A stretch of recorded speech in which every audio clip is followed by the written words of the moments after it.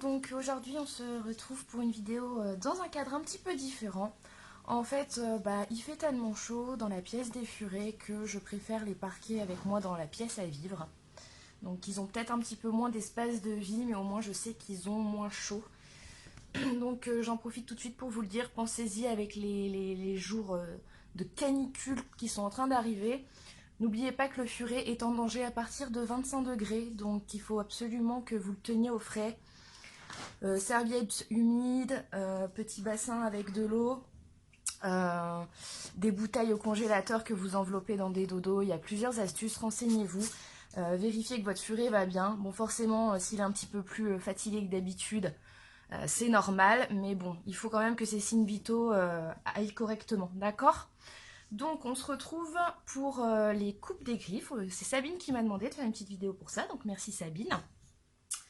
Donc vous avez plusieurs solutions. Soit vous êtes à deux, c'est-à-dire vous avez quelqu'un avec vous qui va pouvoir, entre guillemets, voilà, attraper, vous maintenir le furet comme ça tranquillement pendant que vous allez occuper les griffes. Comme vous pouvez le voir, le furet en général est plutôt détendu quand on le tient comme ça.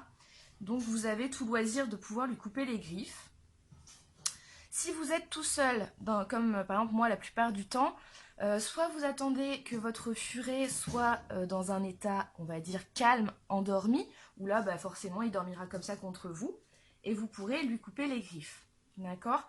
Si votre furet bouge trop, que vous n'arrivez pas à trouver un moment calme et que vous êtes tout seul, dans ce cas-là, il faut absolument mettre quelque chose d'appétant sur son ventre, c'est la petite astuce. Donc attention, on ne met pas n'importe quoi.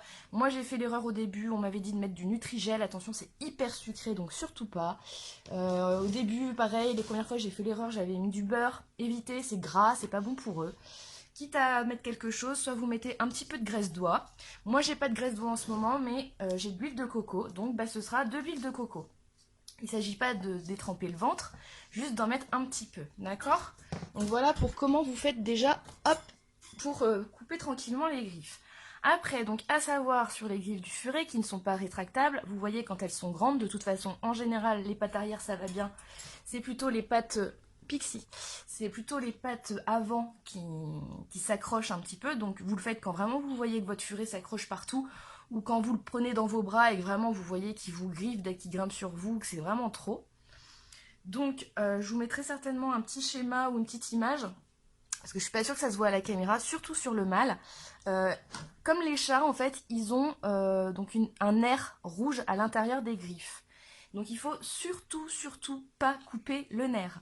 Donc on s'arrête avant. Si vous n'êtes pas sûr de vous, vous laissez une bonne marge entre le nerf et ce que vous coupez, d'accord? Vaut mieux laisser un peu et le refaire plus souvent que vouloir couper trop près du nerf et se foirer. Donc la femelle, je sais pas si vous allez voir quelque chose parce que c'est pas évident, je vous montrerai le schéma.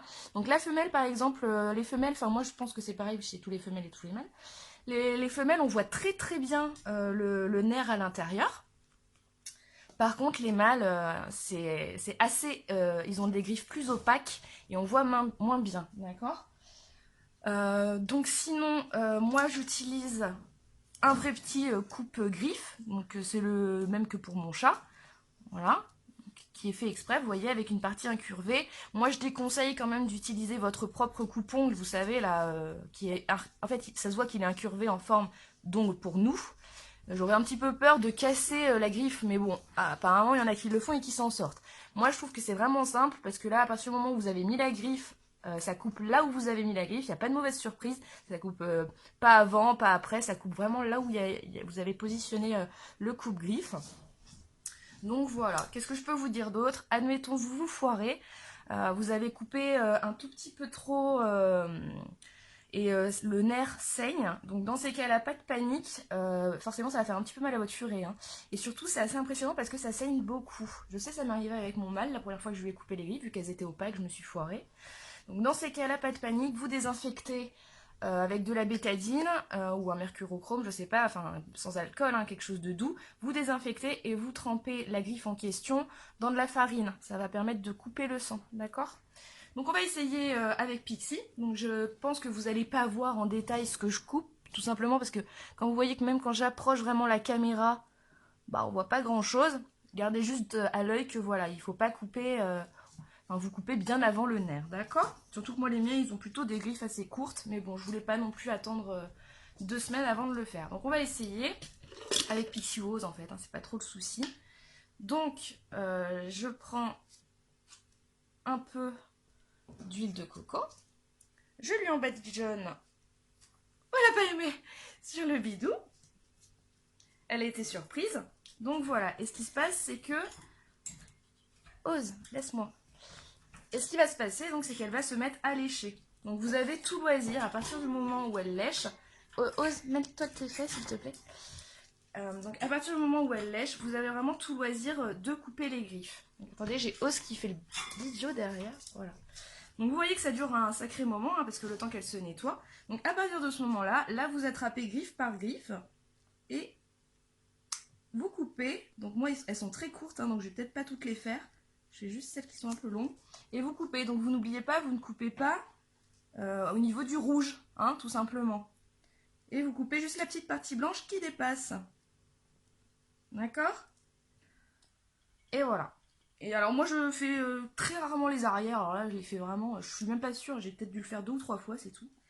Je fais vraiment que les pattes avant. Donc vous regardez et puis si vous voyez que ça en a vraiment besoin, vous coupez comme ça. Vous voyez que juste avec un tout petit peu d'huile de coco. Donc à savoir que l'huile de coco en soi c'est pas mauvais du tout pour eux. Faut savoir que c'est bon pour leur poils, c'est un vermifuge naturel. Pensez juste à bien prendre, voilà, moi je vous remonte mon pot, de l'huile de coco extra vierge, c'est ça? Ouais, coco bio, pressée à froid, voilà. Enfin celle-ci elle est très bien. Donc voilà. Et donc vous voyez, j'ai même pas, enfin j'aurais pu vraiment avoir le temps de faire toutes les griffes.